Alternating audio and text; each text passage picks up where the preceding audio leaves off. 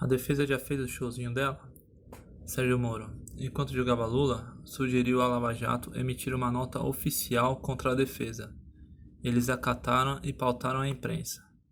Parte 6. Horas depois do primeiro depoimento de Lula, o então juiz procurou o Ministério Público para sugerir nota à imprensa que esclarecesse contradições do petista.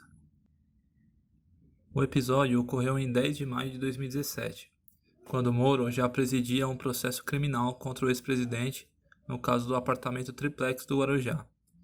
Eram 22h04, quando então o juiz federal pegou o celular, abriu o aplicativo Telegram e digitou uma mensagem ao Santos Lima, da Força Tarefa da Lava Jato, no Ministério Público Federal em Curitiba. O que achou? Quis saber Moro. O juiz se referia ao depoimento do ex-presidente Lula, no processo pelo qual seria preso, referente ao triplex no Guarujá. Santos Lima. Achei que ficou muito bom. Ele começou polarizando conosco, o que me deixou tranquilo. Ele cometeu muitas pequenas contradições e deixou de responder muita coisa, o que não é bem compreendido pela população. Você ter começado com o triplex desmontou um pouco ele. Moro. A comunicação é complicada, pois a imprensa não é muito atenta a detalhes, e alguns esperam algo conclusivo.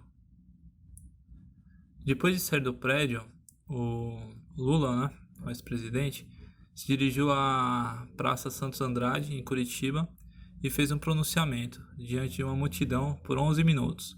Lula atacou a Lava Jato, o Jornal Nacional e o então juiz Sérgio Moro. Disse que estava sendo massacrado e encerrou com uma frase que entraria para a sua história judicial. Eu estou vivo, estou me preparando para voltar a ser candidato a presidente desse país. Era o lançamento informal de sua candidatura às eleições de 2018. Um minuto depois da última mensagem, Moro mandou para o procurador Santos Lima.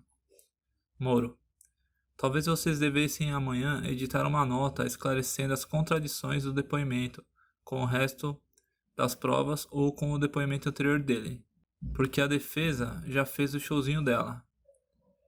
Santos Lima. Podemos fazer. Vou conversar com o pessoal.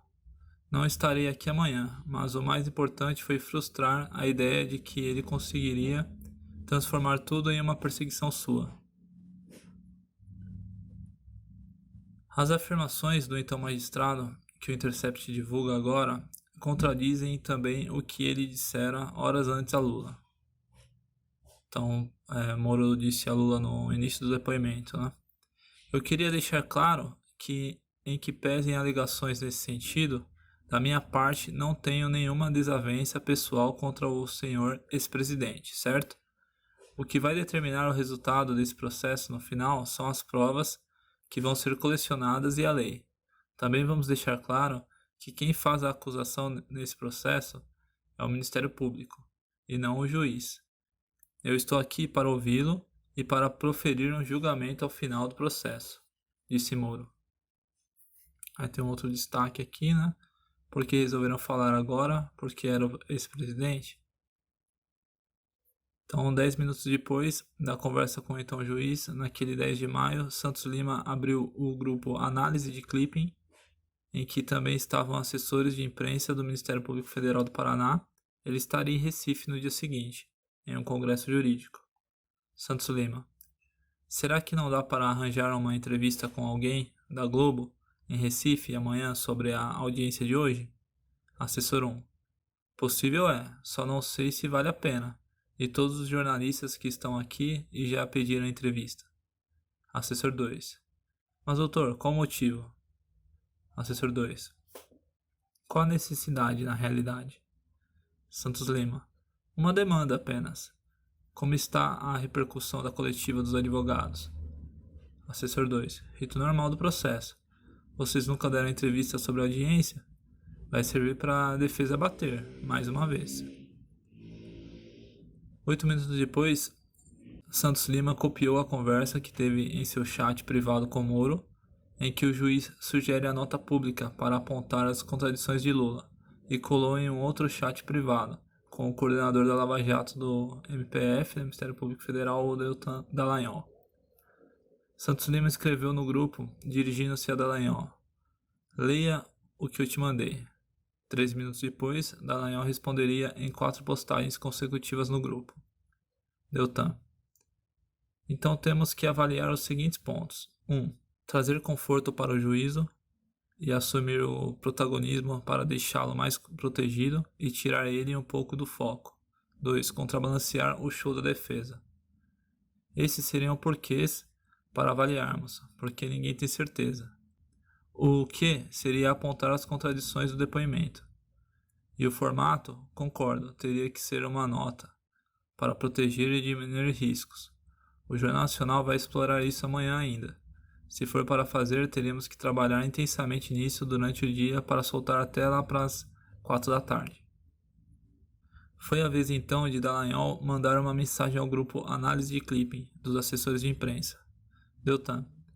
Caros, mantenha avaliando a repercussão de hora em hora, sempre que possível, em especial verificando se está sendo positiva ou negativa, e se a mídia está explorando as contradições e evasivas.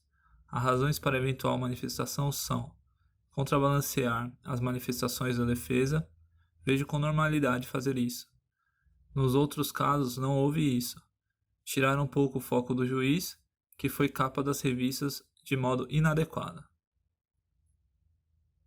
O assessor de imprensa estranhou o pedido e alertou que poderia ser um tiro no pé. Assessor 2. Quem bate vai seguir batendo. Quem não bate vai perceber a mudança de posicionamento e questionar. É uma parte do processo. Na minha visão, é emitir opinião sobre o caso sem ele ter conclusão e abrir brecha para dizer que estão querendo influenciar juiz. O papel deles vai ser levar para o campo político. A imprensa sabe disso e já sabe que vocês não falam de audiências geralmente. Mudar a postura vai levantar a bola para outros questionamentos. Por que resolveram falar agora? Porque era o ex-presidente? E voltar ao discurso de perseguição?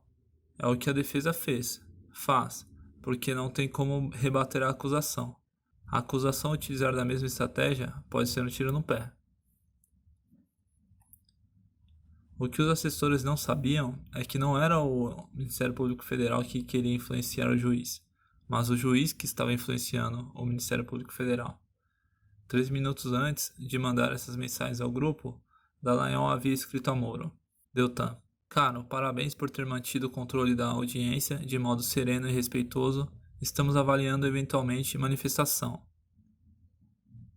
A AGN, a Globo News, acabou de mostrar uma série de contradições e evasivas. Vamos acompanhar. Moro. Beleza, também tenho minhas dúvidas da pertinência de manifestação, mas é de se pensar pelas sutilezas envolvidas. O pedido de Moro para apontar as contradições da defesa de Lula seria discutido no chat Filhos do Januário 1, até o fim da noite, e também na manhã do dia seguinte, 11 de maio, e finalmente atendido. Os procuradores, acatando a sugestão de Moro, distribuíram uma nota à imprensa, repercutida por Folha de São Paulo, Estadão, Jovem Pan e todos os principais veículos e agências do país. As notícias são centradas justamente na palavra desejada pelo juiz: contradições. Na nota, a Força-Tarefa expõe o que considera serem 3 contradições do depoimento de Lula e refuta diretamente uma alegação da defesa do petista, que os procuradores consideraram mentirosa. Naquela noite, Dallagnol enviou uma mensagem a Moro para explicar por que não explorou a fundo as contradições do petista.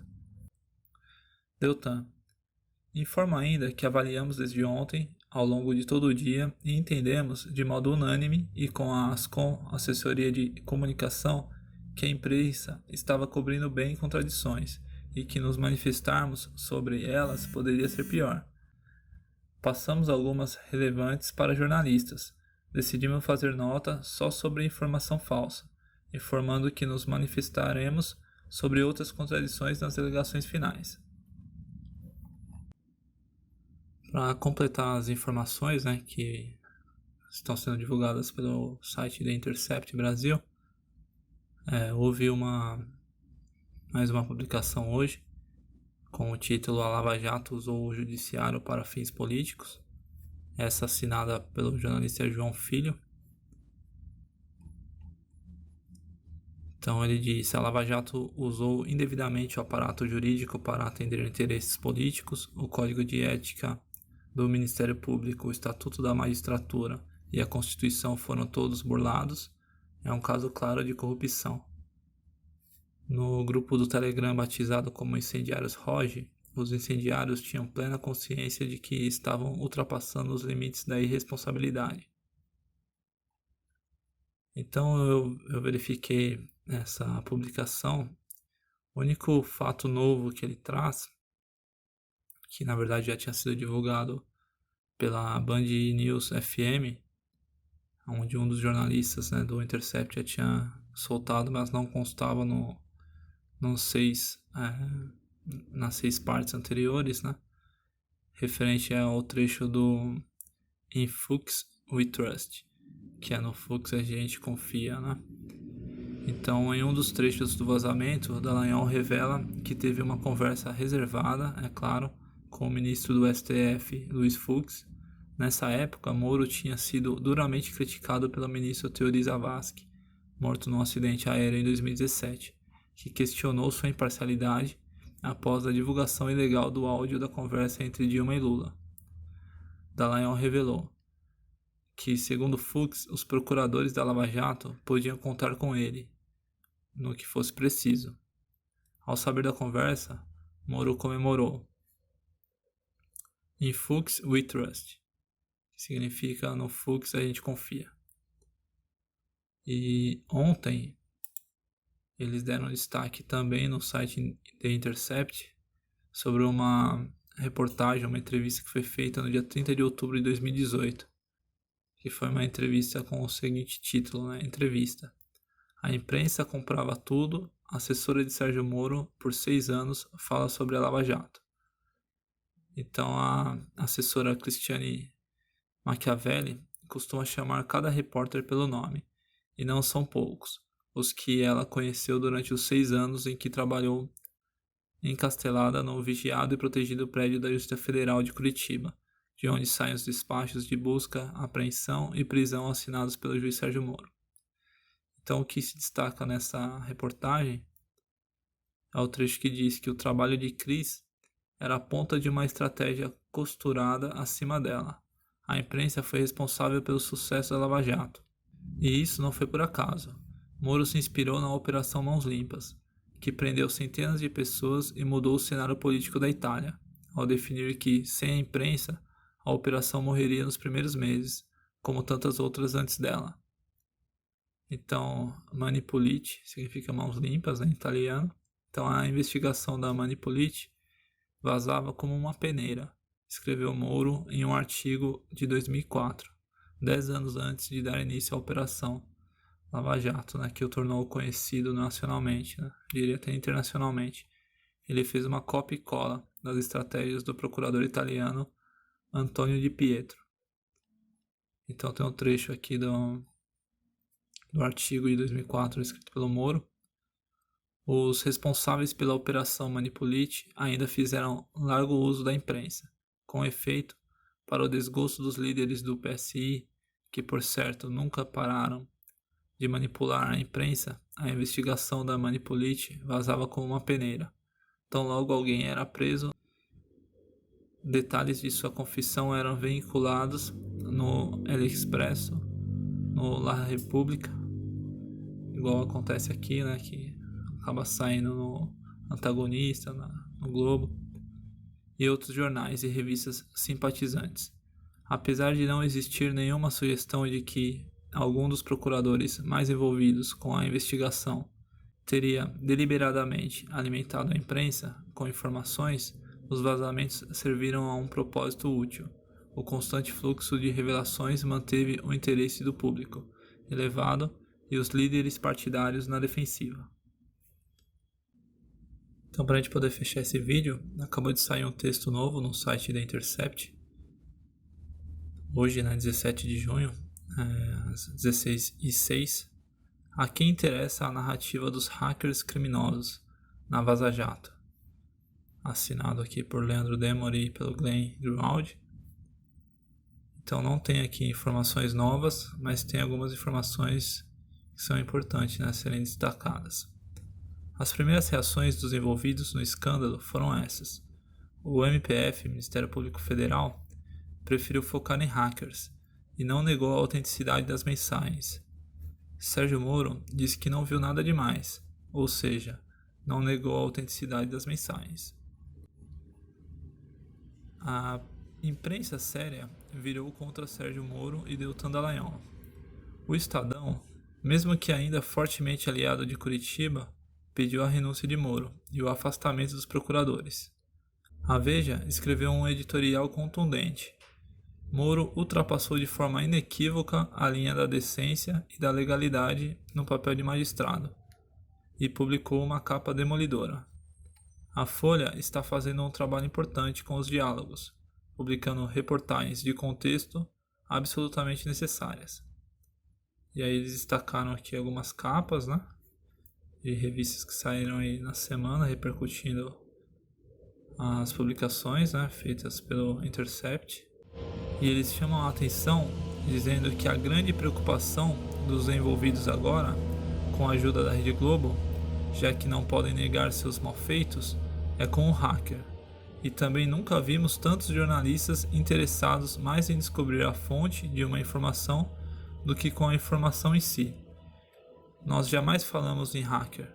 Nós não falamos sobre nossa fonte. Nunca. Destacaram aqui o pessoal do Intercept.